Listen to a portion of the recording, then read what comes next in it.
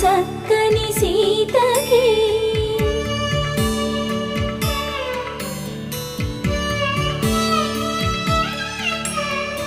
ఎర్ర జాబిలి చేయి రాముడేడని అడుగుతుంటే చూడలేదని పెదవి చెప్పే చెప్పలేమని కనులు చెప్పే నల్ల పూస